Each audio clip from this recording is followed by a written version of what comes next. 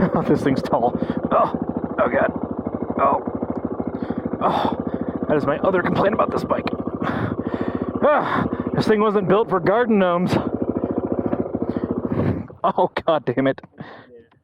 It's okay. It's okay. We're gonna learn today. I think this is right. Nope, that was not right. Okay. Okay, there's compression. Press the comp. Nope, still there. Nope. Alright, let me get a feel for this thing. Okay, let's try that.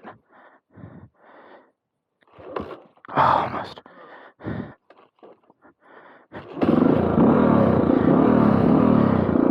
Good advice.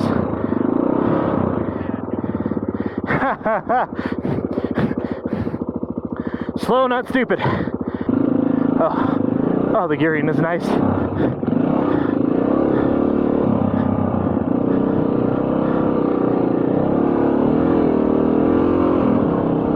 Oh, this thing is... I say this every time I ride it, but I love this thing. Like, it only takes a few seconds to be on it to, like, get a feel for it.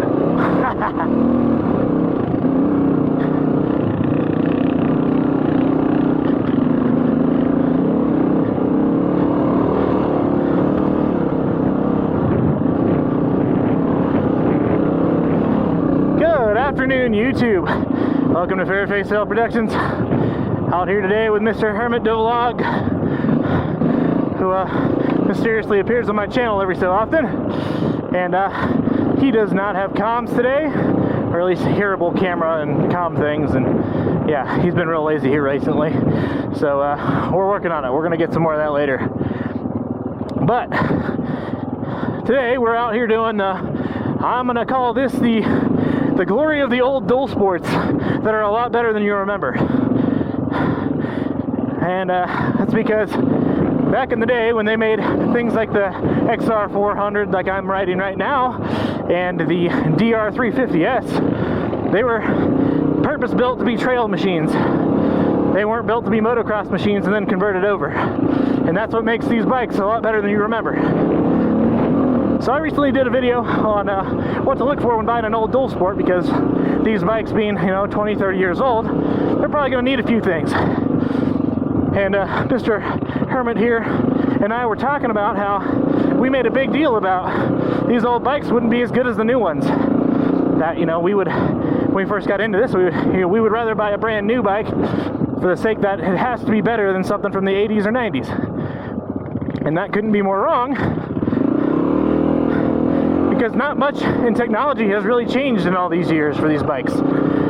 Dampening rod forks, cartridge forks, the engines. If anything, dual sports have just gotten heavier, especially the Japanese dual sports. So, a modern day Japanese dual sport's gonna weigh over 300 pounds. That's a 250.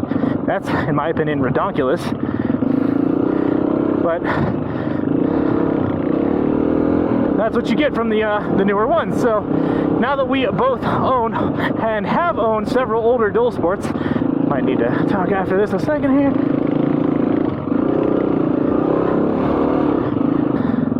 I own that DR350 up there, and he owns this XR400. He's got a KDX 200.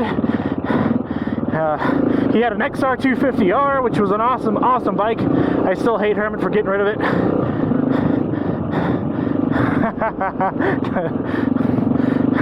What'd you say?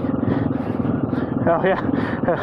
Hermit also agrees that he wishes he had not gotten rid of that bike. It was an easy bike to kick. It was an easy bike to ride.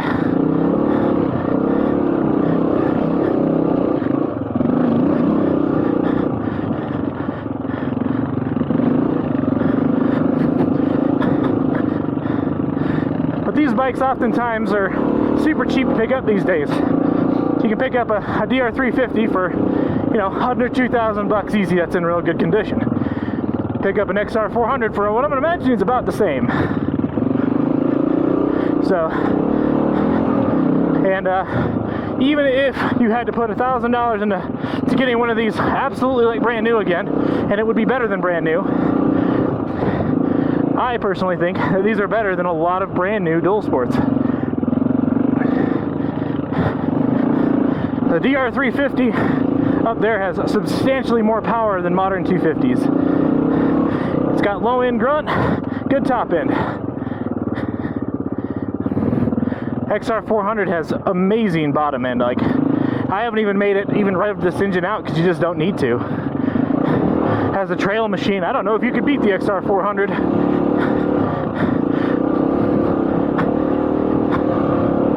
Yeah, that's true. Hermit said not from Japan.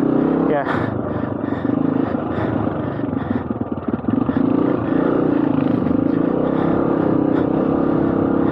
So first I'll start out with kind of the specs about the XR400, since this is the one that I'm on. I've ridden this bike with Hermit for probably, I don't know, on and off for a few years, of course, and I easily fell in love with this bike for two reasons. Hermit rebuilt pretty much everything about it, and he does a fantastic job with those things and really showcases how awesome these old bikes can be.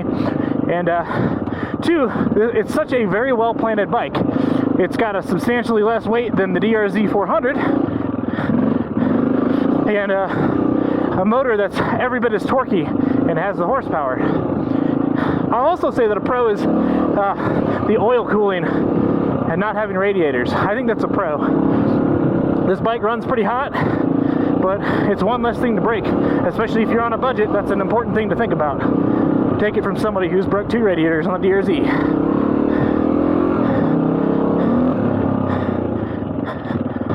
The horsepower for this bike on paper, or what Honda wanted to lie about back in the day, I don't know, is about 34 horsepower and 26-ish foot-pounds of torque. But it really does feel quite similar to the DRZ.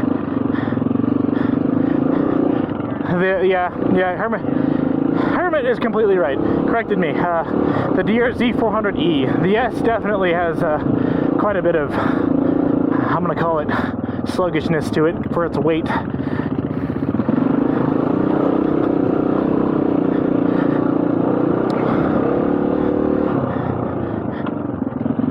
Love this area. So beautiful.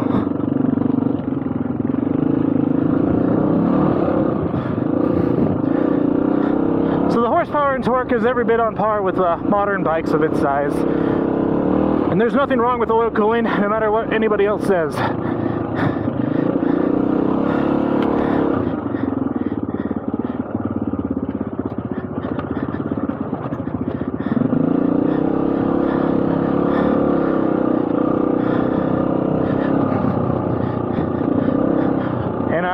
I looked it up over lunch. I'm trying to remember.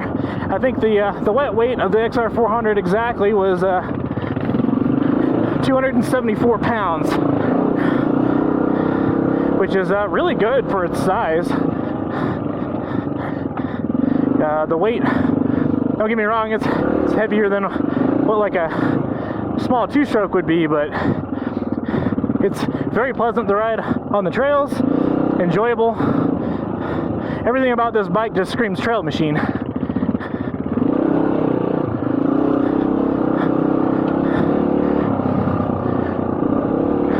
Now, as we all know, specifications and other things about a bike really don't tell much of a story of what a motorcycle can do or how it feels or how it reacts. So what kind of person would buy an XR400? Well, first and foremost, I think somebody who's at least 6 feet tall. I am not. I am probably like a hair over 5'8", and this is really hard for me to get on. In fact, if I dropped it, I don't think I could get back on it. And the other reason I'll say 6 foot is because kickstarting it.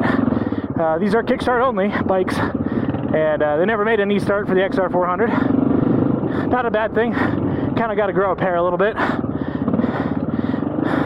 but there you go.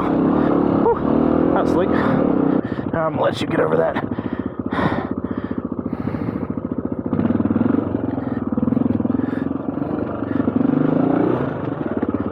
Cool. Didn't drop Hermit's bike.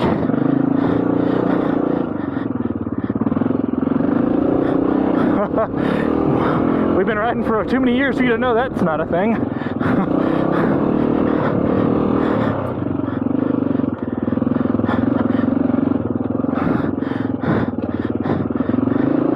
Second thing I'll say, about who would buy this bike is somebody who doesn't expect to, I don't know, have a motocross bike. And I don't know if I understand completely what that means, because I'm not a motocross guy.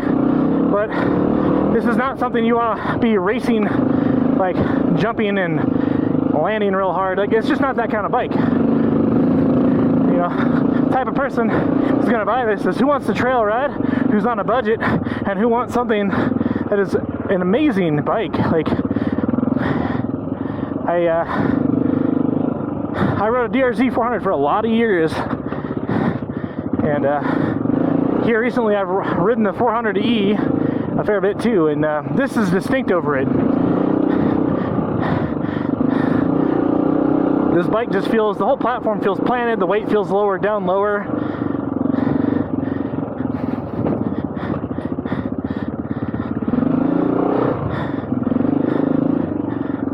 That's another thing that, you know, the XR400 would be great for a beginner rider that maybe is a little bit taller. Yeah, like, this bike is very forgiving for, you know, either wrong gears or leaning in the wrong direction. It is very forgiving for that.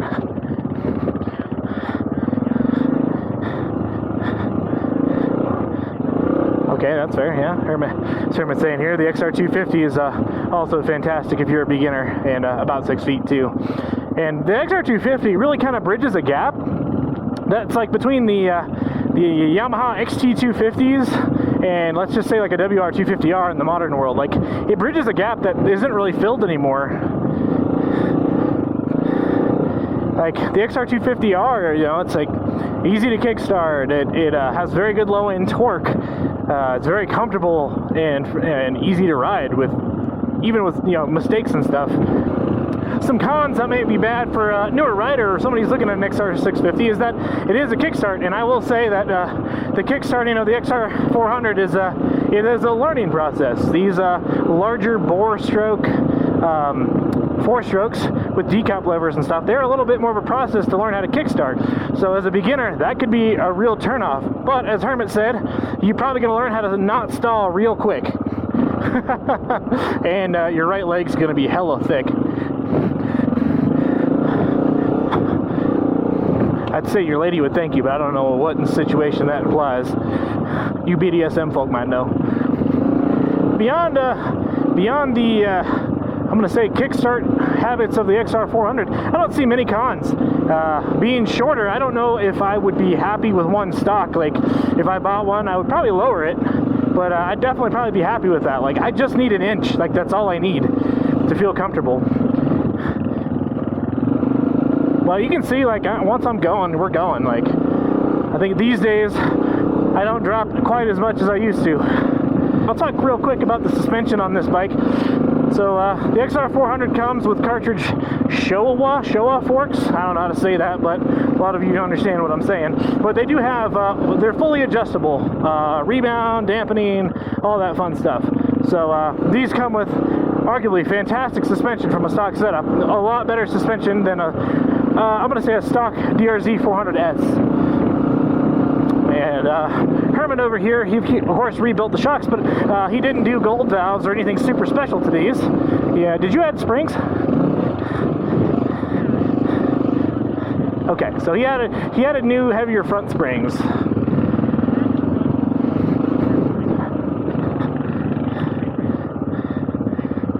Alright, yeah, so Herman basically says that he matched the front spring rate to the stock rear spring rate, and yeah, and they feel fantastic, and I think you're using, like, what, a 13 weight oil or something?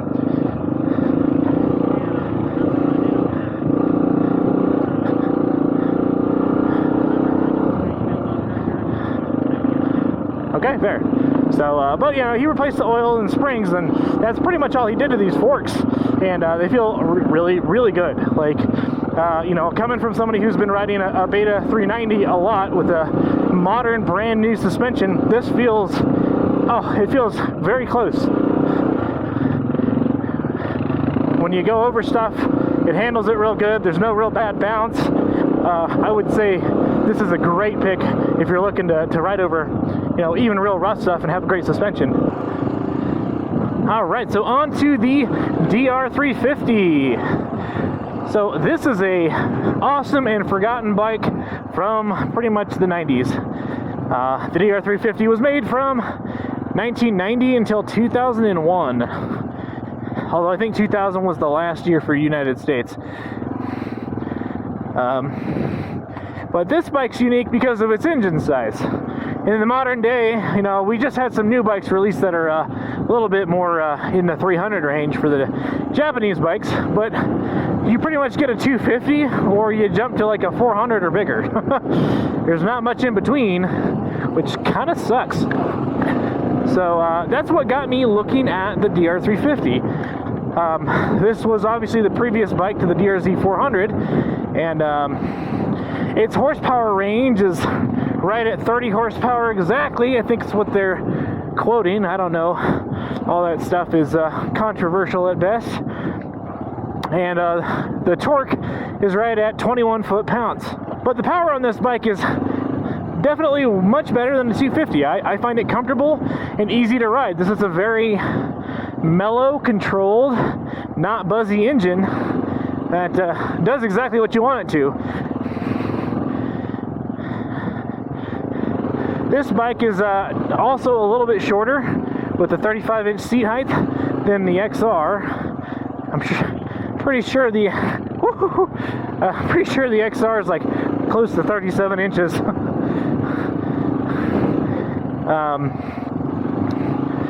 So this would be more friendly for those who are shorter or maybe newer riders, because I found personally that I'm more confident on a shorter bike a lot of times.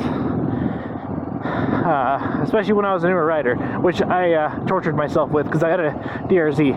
But so this would be great for a learner bike for somebody to learn on. That's true.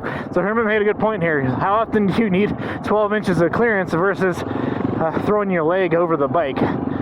So, and I believe that the difference is, I think the ground clearance on this bike is right at 11 inches. And I would imagine that one's probably about an inch different or inch taller. So yeah, like whatever you're more comfortable with, like it's not going to be substantially less capable. It's also not a super short bike either.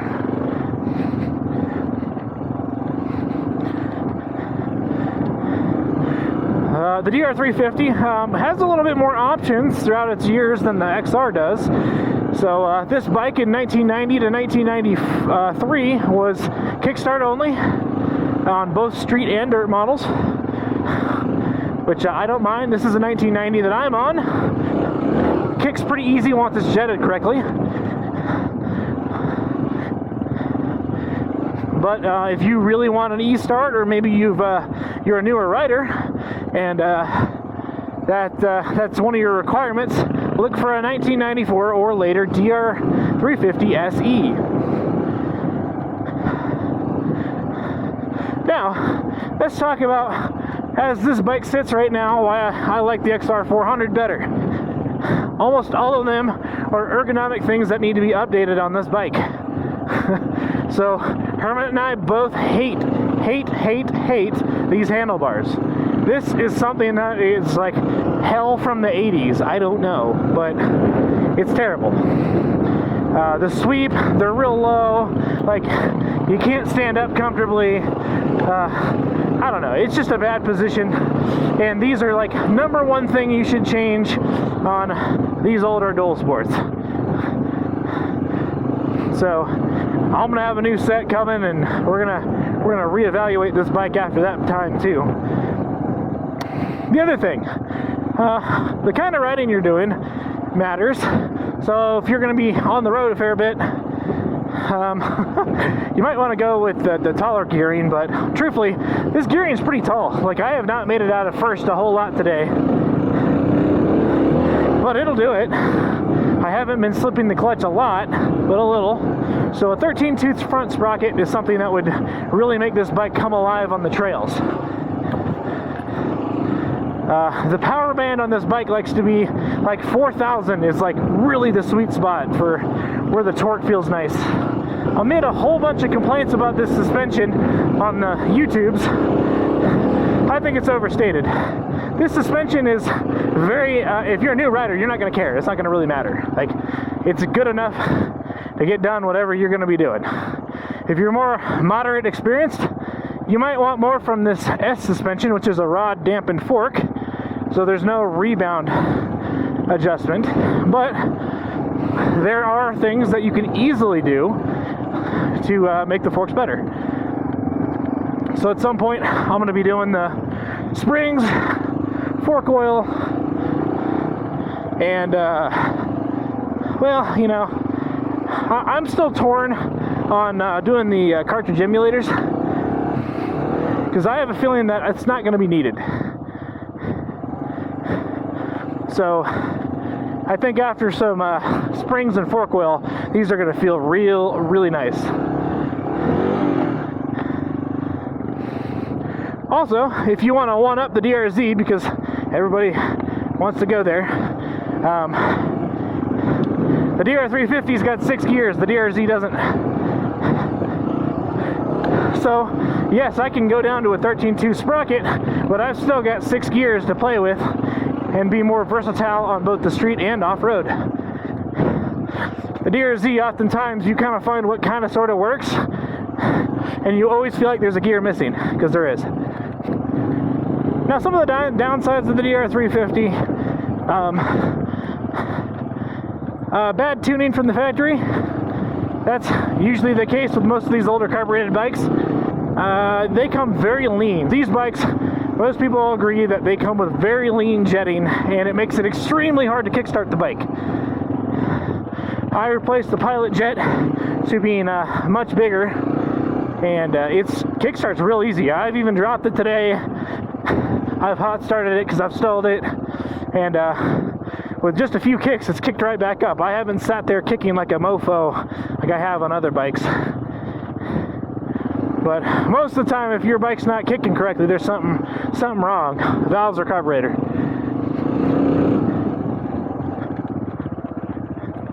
Suzuki still has almost all the parts for the DR350s in stock.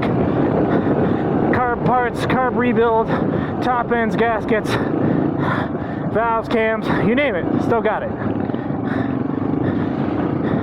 So don't let that scare you off. And there is, of course, the street legal variant, which is the S or SE models, and the dirt models. They do differ with different suspensions. The dirt model has a cartridge fork and dampened rear shock. So look for that. If that's something that really bothers you right initially out of the gate, then go for one of the dirt models. The dirt models also come with a pumper carb, but the conversion to the pumper carb on the street models is super easy. There's a $400 kit out there from I can't remember where. I'll throw up a link if I remember. Includes new boots. They jet it to whatever your altitude is, send it to you, you slap it on, and seems like a really good deal. I won't do it because I ride pretty much between 6,000 feet and 14,000 feet, so I don't want to deal with a pumper carb at ridiculous altitudes. Herman has a question, go ahead. He hit the button. Yeah, go ahead.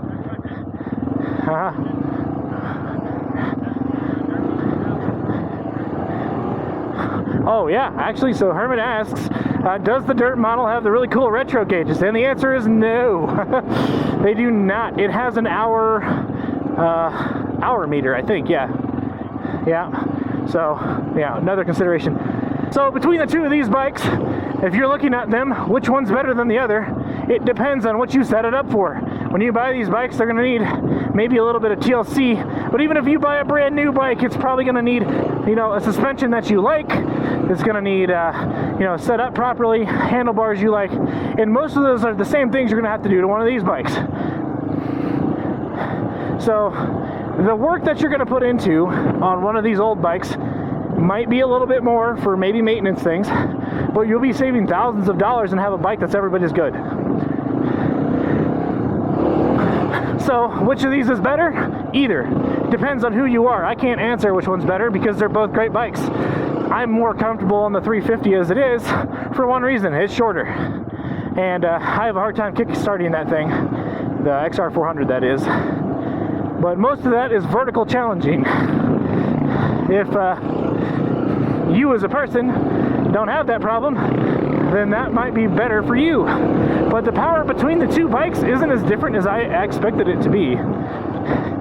No doubt, no replacement for displacement. The XR400 has a pumper carb and 50 cc's on this thing. So its download torque is, it's a beast. Alright, so with that, guys, drop in the comments below and tell me which is your favorite classic dual sport. And do you miss it? Do you regret it? Would you buy another one? Drop that below, and catch you guys next time. Ferret Face out.